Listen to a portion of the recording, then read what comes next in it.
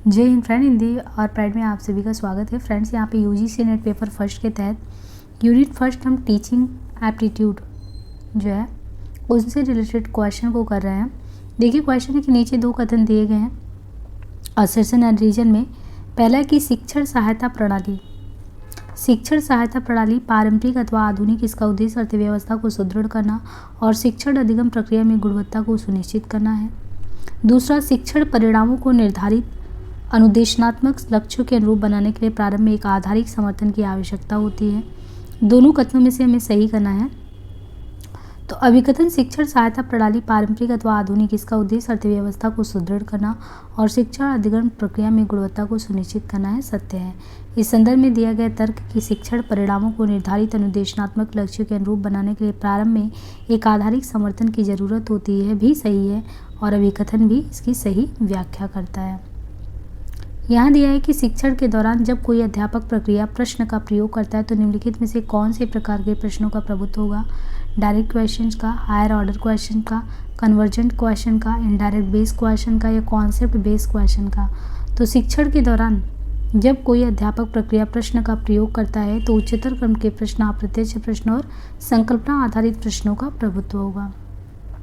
Given below are two statements. पहला कहता है कि यदि शिक्षण के दौरान सहायक सामग्री का सावधानीपूर्वक उपयोग किया जाए तो यह शिक्षण कार्य का स्थापन हो सकता है। दूसरा है कि ऑनलाइन विधियाँ शिक्षण और अधिगम की गुणवत्ता में सुधार करने के लिए प्रभावी अनुपूरक है। तो यहाँ पे हमें दोनों से ही देखना है।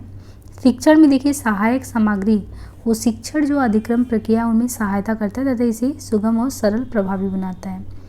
प्रयुक्त होने वाले विषय वस्तु प्रकार के सापेक्ष प्रक्रिया वाले प्रश्नों को संसूचित करने वाले प्रश्नों को निम्नलिखित प्रदत्त सूची से पहचानना है।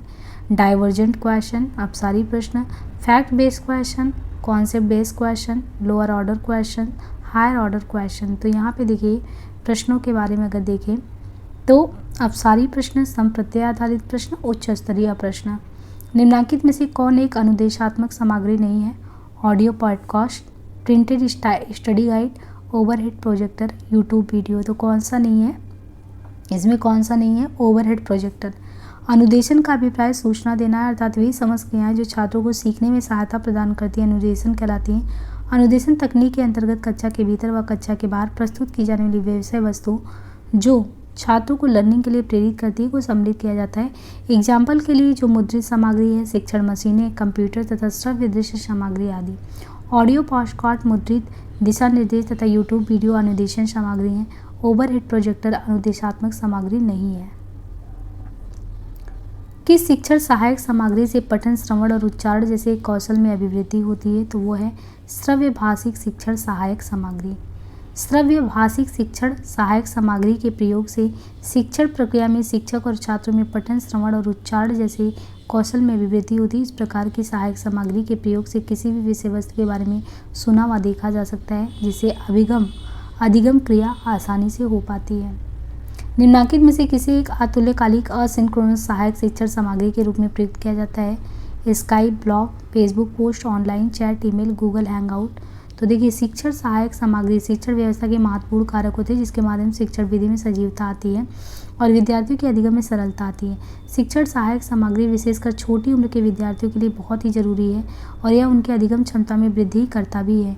इसके महत्व को स्वीकार करते हुए शिक्षा शास्त्रियों ने एक मत होकर शिक्षण हेतु इसे स्वीकारा भी। अतुल्यकालिक यानी असिंक्रोनस सहायक शिक्षण सामग्री के रूप में निम्नलिखित माध्यमों का चयन शिक्षण के तहत होता है? Facebook post, email, slide show, blog, Twitter post और परिचर्चा बोर्ड। एक कक्षा में श्रव्य भाषिक शिक्षण सहायक सामग्री के प्रयोग का उद्देश्य छात्रों को निम्नलिखित में से किसके विकास में मदद करना है? वर्तनी और चिन्ह विचार कौशल, श्रवण और भाषा कौशल। एक कक्षा में श्रव्य भाषिक शिक्षण सहायक सामग्री के प्रयोग का प्रमुख उद्देश्य छात्रों के श्रवण और भाषा कौशल को विकसित करना होता है। एक शिक्षक के द्वारा प्रयोग की जाने वाली शिक्षण सहायक सामग्री छात्रों में अधिगम की प्रति रुचि बढ़ाने के साथ साथ अध्ययन अध्यापन की प्रक्रिया को भी रोचक बनाती है।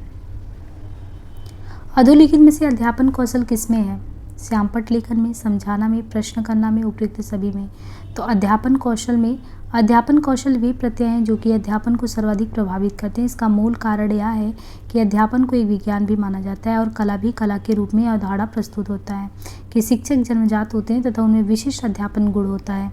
वैसे भी एक प्रभावशाली शिक्षक वो माना जाता है जिसमें विशिष्ट कौशल पर्याप्त मात्रा में होते हैं। गेज के अनुसार अध्यापन कौशल एक विशेष अनुदेशन प्रक्रिया है जिसे शिक्षक अपनी कक्षा शिक्षण में प्रयोग करते हैं। अध्यापन में निहित प्रमुख कौशल एलन और रायन के अनुसार इनकी संख्या 13 है। उद्दीपन, भिन्नता, समीपता, विन्यास, प्रेरणा, पुनर्बलन, मौन एवं अशाब्दिक अंतः प्रक्रिया, छात्र व्यवहार के प्रति अनुक्रिया, छात्रों की सहभागिता को प्रोत्साहन, श्यामपट्ट का प्रयोग, प्रश्न पूछना, खोजपूर्ण प्रश्न, विकेंद्रीय प्रश्न, छात्रों सहभागिताओं को प्रोत्साहन, छात्र व्यवहार के प्रति अनुक्रिया। शिक्षक शिक्षण सामग्री का उपयोग क्यों करते हैं?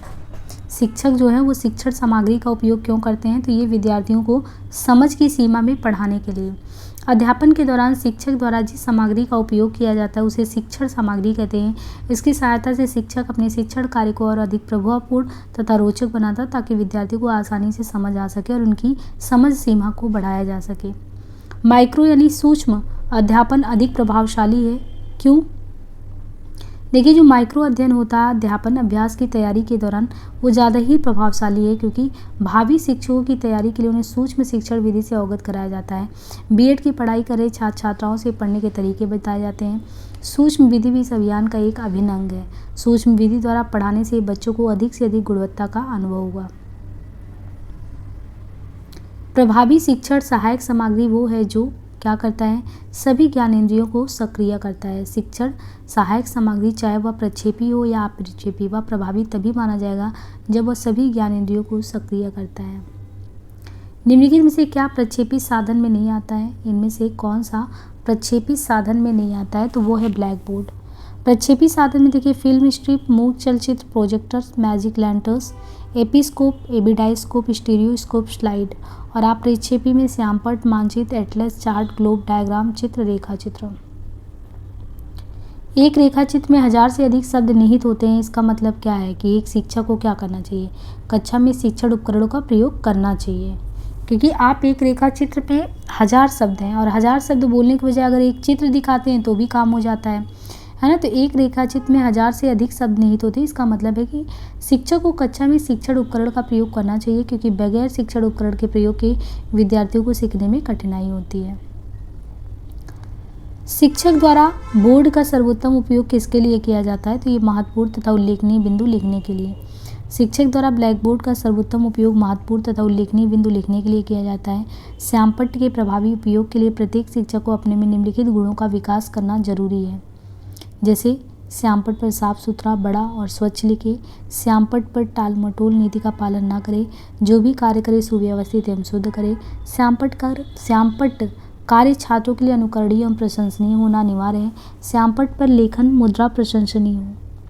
अध्यापक द्वारा अनुदेशात्मक सहायक सामग्री का उपयोग जो है ये संकल्पनाओं की स्पष्टता के लिए होता है। तो शिक्षण सहायक प्रणाली में देखें तो परिभाषा क्या है? सहायक सामग्री वो सामग्री जो कक्षा में अन्य शिक्षण परिस्थितियों में लिखित या बोली गई पाठ्य सामग्री को समझने में हेल्प करता है। ये डेंड के अनुसार कोई भी ऐसी सामग्री जिसके माध्यम से शिक्षण प्रक्रिया को उद्दीप्त किया जा सके अथवा श्रवणेंद्रिय संवेदनाओं के द्वारा बढ़ाया जा सके वह सहायक सामग्री कहलाता है। कार्टर एक गुट उपरोक्त परिभाषाओं से स्पष्ट होता है कि सहायक सामग्री वो सामग्री, उपकरण तथा युक्ति है जिनके प्रयोग करने से विभिन्न शिक्षण परिस्थितियों में छात्रों और समूह के मध्य प्रभावशाली ढंग से ज्ञान का संचार होता है। सहायक सामग्री के उद्देश्य क्या हैं?